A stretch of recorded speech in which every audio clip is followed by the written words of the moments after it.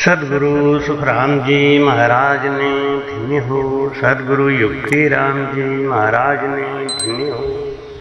सदगुरु स्वामी जी श्री कुशाल दास जी महाराज ने धन्य हो। आचार्य श्री हरि नारायण जी महाराज ने धन्य हो।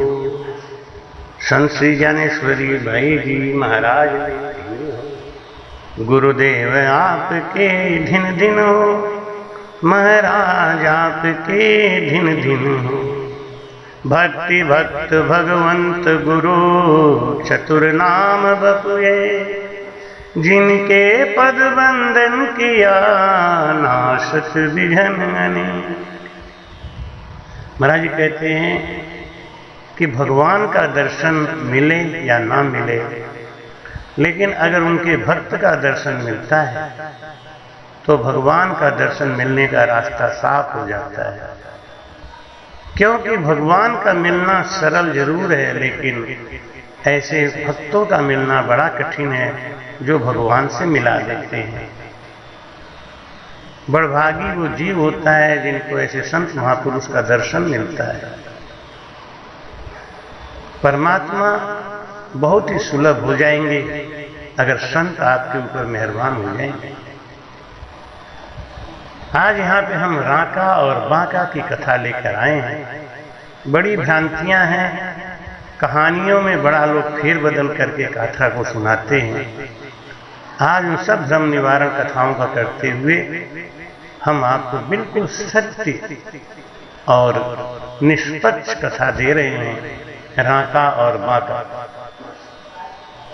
राका और बांका को कहीं कोई जाति का कुम्हार बता देता है, कोई जाति का नीच बता देता है। सत्य यह है कि राका और बांका ब्राह्मण कुल में पैदा हुए। इनके पिता का नाम लक्ष्मी दत्त, जो ऋग्वेदी ब्राह्मण थे। वे संतों की बहुत ही सेवा करते थे। एक बार इनके यहाँ इनकी सेवा से प्रसन्न होकर स्वयं नारायण भगवान संत के रूप में पधारे और उनकी सेवा से संतुष्ट होकर नारायण भगवान ने आशीर्वाद दिया कि तुम्हारे घर में परम विरक्त श्री भगवत भक्त पुत्र का जन्म होगा। भगवान के आशीर्वाद के अनुसार ही माघ शीर्ष शुक्ल पक्ष द्वितीय गुरुवार विक्रम संवत 1347 को धन लगन में इनकी पत्नी श्री रूपा देवी जी ने पुत्र रत्न को जन्म दिया। यही इनके सुपुत्र परम भक्त श्री राका जी हुए। इसी पंढरपुर में श्री हरिदेव जी ब्राह्मण के यहाँ वैशाख कृष्ण पक्ष सप्तमी बुधवार विक्रम संवत 1351 को कर्क लगन में एक परम भगवती कन्या का जन्म हुआ। समय आने पर इसी कन्या का विवाह श्री राका जी के साथ कर दिया गया। श्री राका जी की इन्हीं पतिव्रता भक्तिमती पत्नी के प्रबल वैराग एवं अनन्य अनुराग के कारण आपका नाम बांका यानी बहादुर रखा गया। आप दोनों के हृदय में एकमात्र भगवान के प्रति निष्ठा के अतिरिक्त और अन्य किसी भी अभिलाषा की बात नहीं थी। आपकी रहनी करनी एकदम विलक्षण ही थी। आप जंगल में से लकड़ी सूखी जो गिरी रहती बिन कर लाते और उन्हीं की बिक्री करके अपने नित्य नवीन जीविका चलाते थे। पहले के जमाने में लकड़ियों पे ही खाना बनता था और संभ्रांत लोग जंगल में जाके लकड़ी नहीं बीन सकते थे। इसलिए राका और बांका ने इसको अपना धंधा बना लिया। कहते हैं आगे धंधा पीछे धंधा, धंधा माही धंधा है। धंधा ने जो राम सुमर ले सो साहेब का बंदा है। आप जंगल में से लकड़ी बीन कर लाते और उन्हीं की बिक्री करके अपनी जीविका चलाते।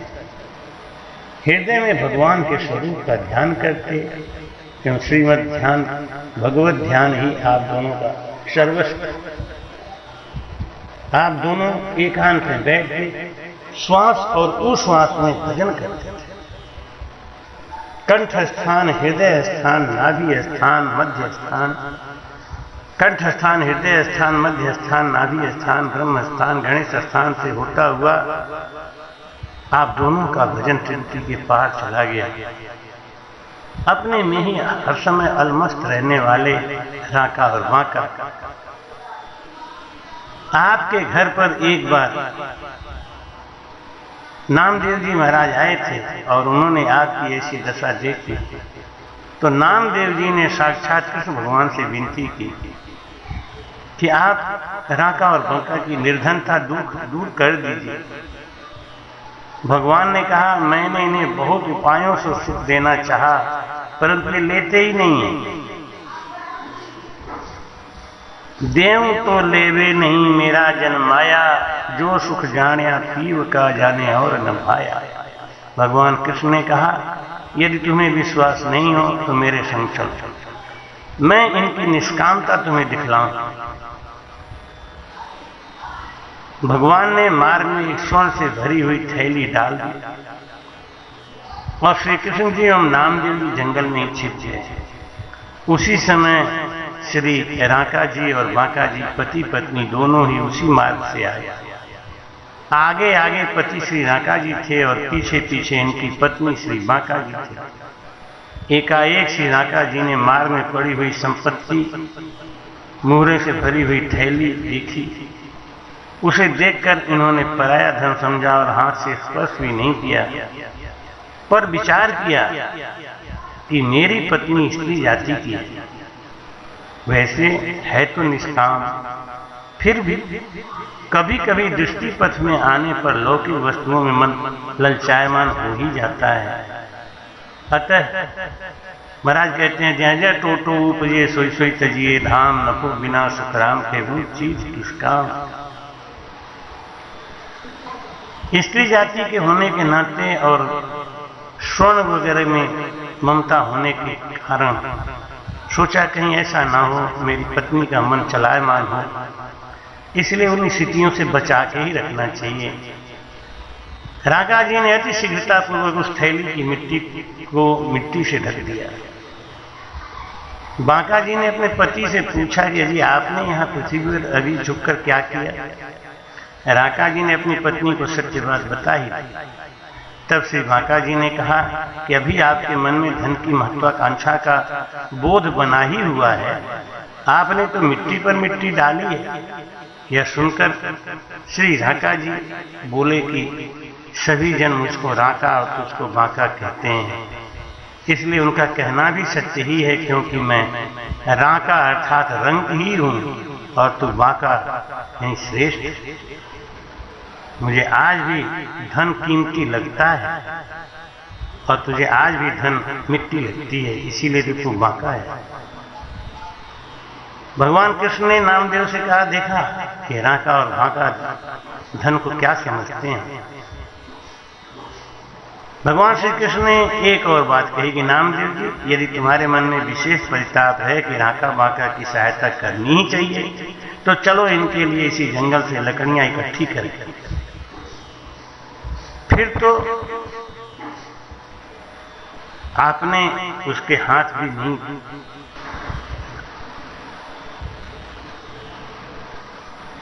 जब भगवान श्री कृष्ण ने और नामदेव जी ने लकड़ियां इकट्ठी कर दी कि चलो हम इनकी मदद कर देते हैं। तदुपरांत श्री राका बांका जी लकड़ी बीनने आए तो इन्होंने जहां तहां लकड़ियों का ढेर लगा देखा। अपने मन में विचार किया, आज तो हमारे आने से पहले ही कोई लकड़ियां इकट्ठी कर गया है। फिर तो आपने उसके हाथ भी नहीं लगाया, पराया जानकर, और कहीं दो लकड़ियां भी इकट्ठी देखते उसे भी नहीं छूते। तब तो भगवान श्री श्याम सुंदर जी ने स्वयं प्रकट होकर राका और बांका जी को साक्षात दर्शन प्रदान किया। राका और बांका जी श्री ठाकुर जी को निज कुटिया पर साथ में ले आए।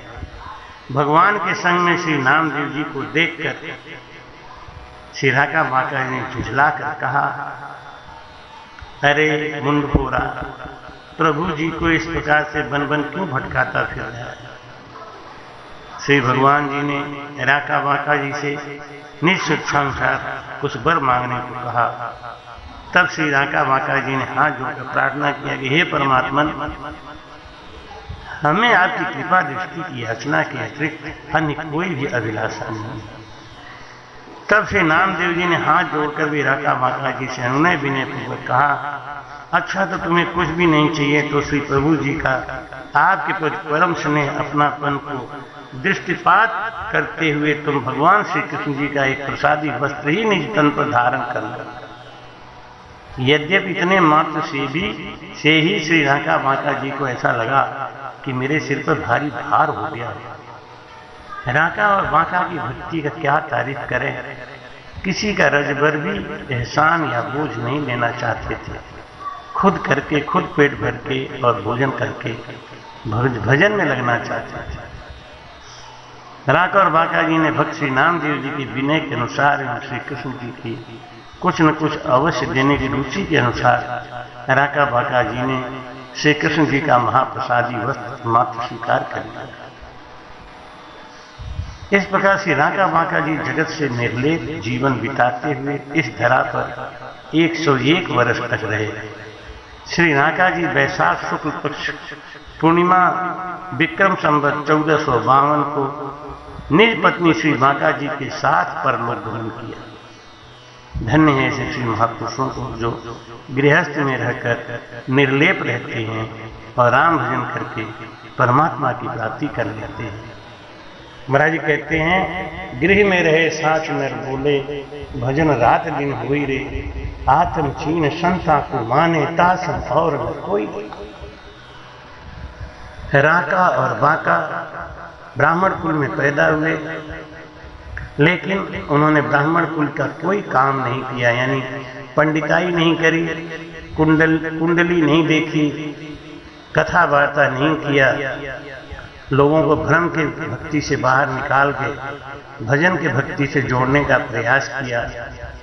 और ब्राह्मण का धर्म केवल भिक्षा है, इसको भी उन्होंने हटाया और कर्म ही पूजा है, इसको महान बताते हुए राका और बाका स्वयं लकड़ी बीनते थे और उस लकड़ी को जरूरतमंदों को बेच के उससे जो धन अर्जित होता था उस धन से भोजन बना के प्रभु को प्रसाद चढ़ा के और निश्चिंत होकर भजन में लग जाते थे। भोजन प्रसाद कर लिया, तन को किराया दे दिया। इस तन को अन्न का किराया देना जरूरी है, नहीं तो ये तन स्वस्थ नहीं रहेगा, और तन स्वस्थ नहीं रहेगा तो भजन कहाँ होगा। राका बाका ने सारी दुनिया को संदेश दिया कि गृह में रहे साच नर बोले, भजन रात दिन हुई रे, आत्म छीन संता को माने तासम और न कोई रे। इनकी बराबरी दुनिया में कोई कर नहीं सकता, इसलिए हमको शिक्षा लेनी चाहिए, राका और बाका के आदर्शों से चलना चाहिए और भजन करके उस परमात्मा में विलीन हो जाना चाहिए। राम जी राम।